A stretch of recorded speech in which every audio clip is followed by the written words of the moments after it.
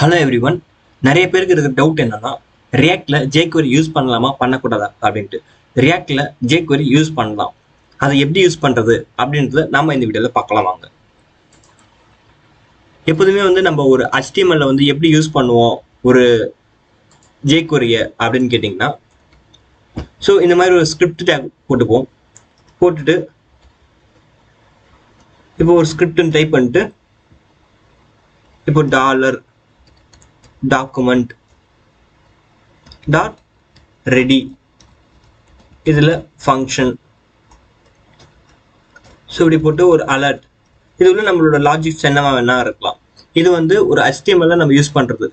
இப்போ நம்ம react use பண்ணுறோம் அப்படின்றதுனால இப்போ நான் index.html கொடுத்துருக்கேன். இப்படி நம்ம யூஸ் பண்ணலாமான்னு கேட்டிங்கன்னா, இது கரெக்டான ஒரு வழி கிடையாது. ஏன்னா நம்மளோட லாஜிக்ஸ் எல்லாமே நம்ம ஒரு app.js index.js அப்படின்ட்டு ஒரு காம்பனண்ட்டை பிரித்து வச்சிருப்போம். அந்த ஒரு காம்பனண்ட் தான் நம்ம இன்க்ளூட் பண்ணுவோம்.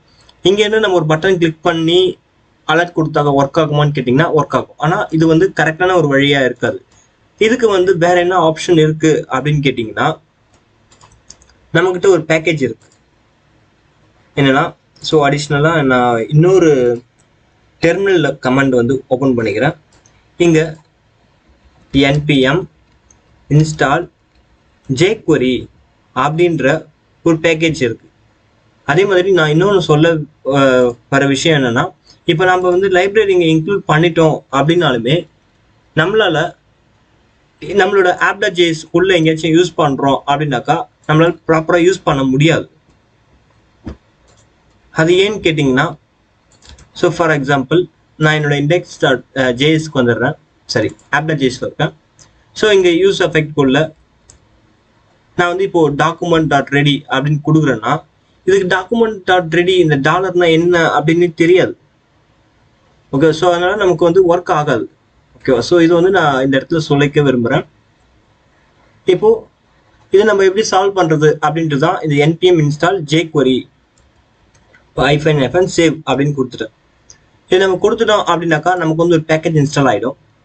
ஸோ இன்ஸ்டால் ஆனதுக்கப்புறம் நாம் இதுக்கப்புறம் எப்படி இதை ப்ரொசீட் பண்ணலாம் அப்படின்றத பார்க்கலாம். ஸோ என்டர் கொடுத்துட்டேன்.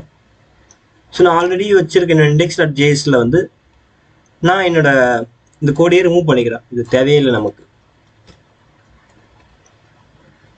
ஸோ இப்போ இந்த பேக்கேஜ் இன்ஸ்டால் ஆனதுக்கப்புறம் நம்ம எப்படி யூஸ் பண்ணுவோம் அப்படின்னு கேட்டிங்கன்னா, ஸோ இதில் போயிட்டு import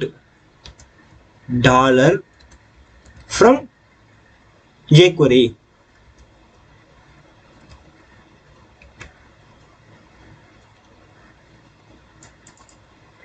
jquery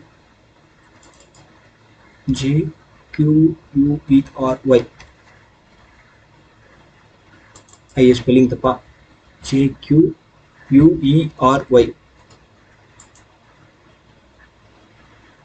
import $from form கொடுத்து வச்சிருக்கேன். ஓகே, இந்த மாதிரி நம்ம கொடுத்துட்டோம் அப்படின்னாக்கா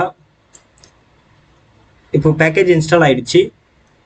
இப்போ document.ready இது ஏதோ டிப்ரிகேட்டட் அப்படின்ற மாதிரி காட்டுது. சரி, நம்ம செக் பண்ணுவோம். ஸோ இப்போ நமக்கு ஒரு அலர்ட் நான் மறுபடியும் ரெஃப்ரெஷ் பண்ணுறேன். ஸோ அலர்ட் வந்திருக்கு. இப்போ இப்படி தான் ஒரு jQuery யூஸ் பண்ணணும். இப்போ ஒரு ஃபங்க்ஷனல் காம்பனண்ட் வருது அப்படின்னாக்கா இந்த பட்டன் கிளிக் பண்ணுறப்போ ஒரு அலர்ட் கொடுக்கலாம் அப்படின்னாக்கா கொடுக்கலாம். ஸோ கிளாஸ் நம்ம எப்போதுமே jQuery யூஸ் பண்ணப்போ நம்ம எப்படி யூஸ் பண்ணுறோமோ அதே மாதிரி யூஸ் பண்ணிக்கலாம். ஆன் கிளிக்கில் இந்த கிளிக் ஈவென்ட் நடக்கிறப்போ ஹலோ ஃப்ரம் ஃபங்க்ஷனல் காம்பனண்ட் அப்படின்னு நான் கொடுக்குறேன். ஓகேவா? இப்போ நம்ம சைட்டு வந்துட்டோம். இப்போ ஃபங்க்ஷனல் காம்பனண்ட் கொடுக்குறோன்னா நமக்கு ஹலோ ஃப்ரம் ஃபங்க்ஷனல் காம்பனண்ட் அப்படின்னு வந்துடுச்சு. ஸோ இதே கிளாஸ் காம்பனண்ட் எப்படி யூஸ் பண்ணலாம் அப்படின்னு கேட்டிங்கன்னா, ஸோ அங்கேயே நம்ம போயிட்டு இம்போர்ட் தான் பண்ண போகிறோம்.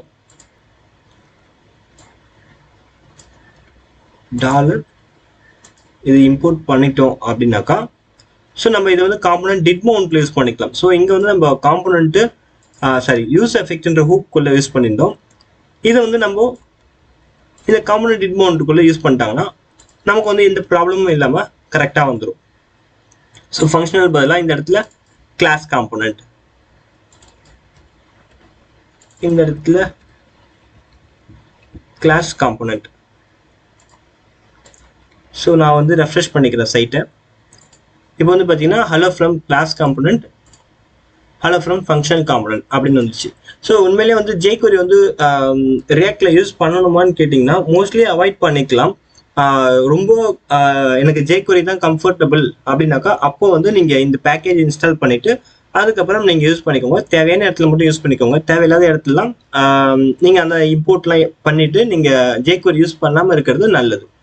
ஐ ஹோப் திஸ் வீடியோ உங்களுக்கு ஒரு நல்ல கிளாரிட்டி கொடுத்துருக்குன்னு நினைக்கிறேன். இந்த வீடியோ பிடிச்சிருந்தா லைக் பண்ணுங்கள். தொடர்ந்து நம்ம வீடியோ பாருங்கள். நிறைய அப்டேட்ஸ் கொடுக்குறோம். தேங்க்யூ.